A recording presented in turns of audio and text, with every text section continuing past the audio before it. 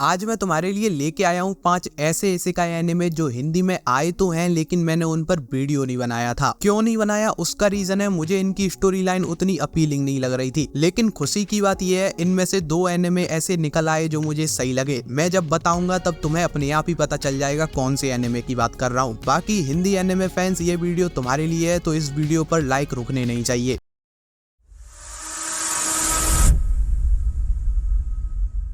Number 1 the biggest hammer begin a journey to pickup trace. आईवी के पास भी वो सब कुछ था जो हर एक बच्चे के पास होना चाहिए, रहने के लिए घर, दोस्त और पेरेंट्स। लेकिन उससे ये सब कुछ दूर जा रहा है क्योंकि वो जिस दुनिया से बिलोंग करती है उसमें जिस किसी के पास अच्छे मैजिकल स्किल्स नहीं होते उनकी वैल्यू नहीं होती। और यही आईवी के साथ हुआ है। जब उसके पेरेंट्स को उसके वीक स्किल्स के बारे में पता चला तो उन्होंने उसे घर से बाहर निकाल दिया। और इस विलेज के सभी लोगों का मानना है अगर ये लड़की जिसे बनाने वाले ने ही सही नहीं बनाया वो इस गाँव में रहेगी तो सबके साथ कुछ ना कुछ बुरा होगा। जिसके बाद सभी लोगों ने इंक्लूडिंग उसके पेरेंट्स ने डिसाइड किया वो लोग आईवी को मार देंगे। अगर उन्हें अपनी लाइफ अच्छी करनी है तो आईवी को मरना होगा। अब यहाँ स्टोरी में ट्विस्ट है, जो ये आईवी है उसके पास टैलेंट भले ही ना हो लेकिन उसके पास उसकी प्रीवियस लाइफ का एक्सपीरियंस है। वो इस वर्ल्ड से पहले किसी और वर्ल्ड में रहती थी जहाँ मरने के बाद उसका इधर रीबर्थ हुआ है। तुम्हें देखना है आईवी कैसे अपनी जान बचा के यहाँ से निकलेगी और कैसे एक ऐसे वर्ल्ड में सर्वाइव करेगी जिसे वो अभी तक ठीक से जान भी नहीं पाई है। अगर beautiful visuals and character designs के लिए कुछ देखना है तो इसे देखो। बाकी स्टोरी से ज्यादा कुछ एक्सपेक्ट मत करना, जितना बड़ा ये लग रहा है उतना है नहीं। Number 2 the wrong way to use healing magic. देखो भाई, एक होता है एवरेज स्टूडेंट जो कि अपनी लाइफ में बड़े ही सही तरीके से सारे काम कर लेता है, बस उसका तरीका एक्स्ट्रा ऑर्डिनरी नहीं होता और उसको इससे कोई दिक्कत भी नहीं है, वो अपने में खुश है। लेकिन केन ओसाटो इतना एवरेज पर्सन है, एक्स्ट्रा ऑर्डिनरी तरीके तो छोड़ो, वो तो सपने भी नाप तौल के देखता है और वो इससे खुश भी नहीं है। उसे अपने से बेहतर लोग पसंद भी नहीं आते। लेकिन फिर भी जब एक दिन वो स्टूडेंट काउंसिल की प्रेसिडेंट एंड वाइस प्रेसिडेंट से टकरा गया तो उसने उनसे दोस्ती कर ली, जिसका रिजल्ट ये हुआ एक दिन जब वो तीनों कहीं जा रहे थे तो उन तीनों को एक पोर्टल ने अपने अंदर खींच लिया, जिससे वो अब एक दूसरी दुनिया में आ गए हैं। अब यहाँ प्रॉब्लम ये हुई है जिस दुनिया में ये लोग आए हैं वो खतरे में है और ओसाटो की दोस्तों को यहाँ लाया गया है क्योंकि उनके पास सुपर पावर्स को होल्ड करने की एबिलिटी थी। तो कुल मिला के बात ये है केन यहाँ फालतू में ही पेले गए हैं, उन्हें यहाँ लाया नहीं गया, लपेटा गया है। उनकी लाइफ पहले बोरिंग थी अब बर्बाद हो चुकी है। लेकिन फिर एक दिन कुछ गजब होता है,